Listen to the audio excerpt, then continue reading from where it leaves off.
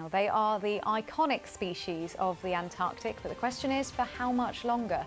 Emperor penguin colonies living in an area where there was total sea ice loss in 2022 have experienced almost total breeding failure. The study from the British Antarctic Survey, published in Nature Communications, supports predictions that with current warming trends, over 90% of emperor penguin colonies will be all but extinct by the end of the century. Our science editor Rebecca Morell reports. They live in the most remote part of the planet, adapted to survive the harshest conditions. But for emperor penguins, the sea ice that they depend on is vanishing. And this year has seen a record melt, leading to a catastrophic loss of chicks. This is really a sign of things to come. We expect that emperor penguins are going to really suffer with climate change. And this is really poignant because most of these penguins will never have seen a human being in their life.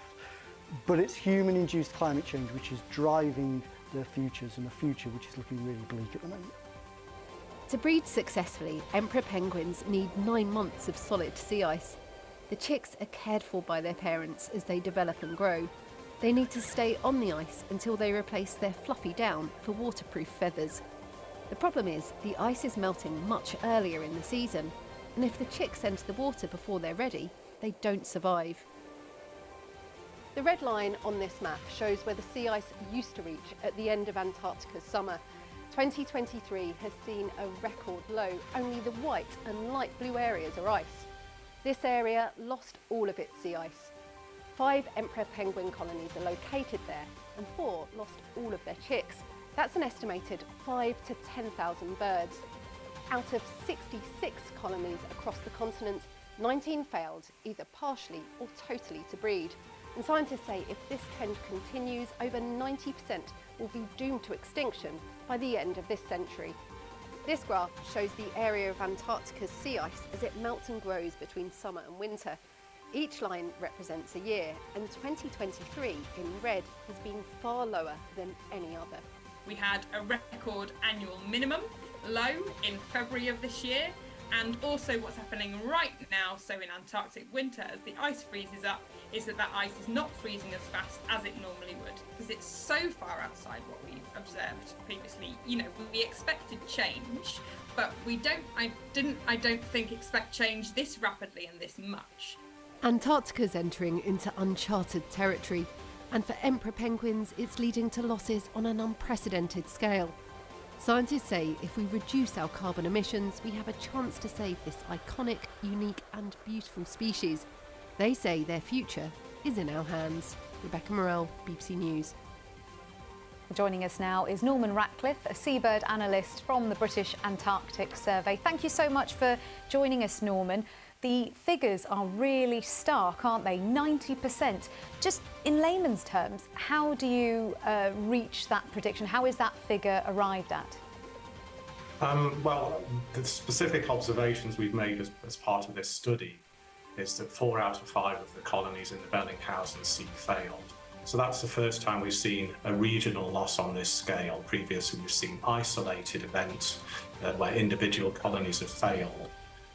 In terms of looking forward, there's a lot of modelling that predicts what's going to happen to sea ice and how emperor penguins may respond.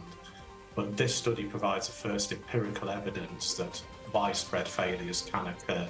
So we could be looking at an example of what a future Antarctica could look like.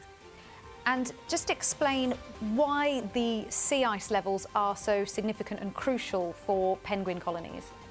Emperor penguins are almost completely dependent on sea ice as a platform to nest upon. And that has to last until at least December, early December.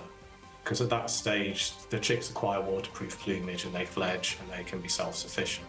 If it breaks up any earlier, those chicks will fall into the water and drown, or they drift away on ice floes and they'll starve.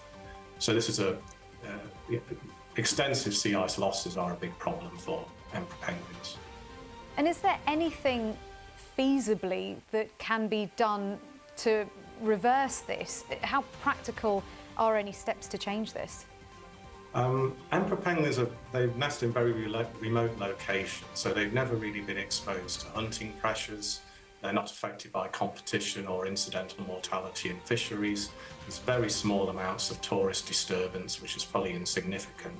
So the only thing that really impacts on them is climate change. So addressing the climate crisis is the main action that's going to benefit this species.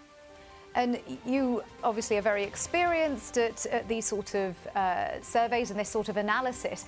How does this compare with what you've come across before? Because to the inexperienced observer, it does seem really dramatic a warning, doesn't it?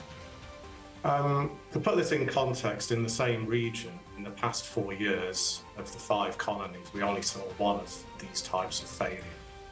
But in this year, we saw 4 failures out of the 5. So as far as we know from the satellite records we have, this is fairly unprecedented. So it is very concerning, and if it continues, clearly it will have big implications for species persistence in the Bellingshausen region. Well, Norman, thank you for your analysis of that and for explaining.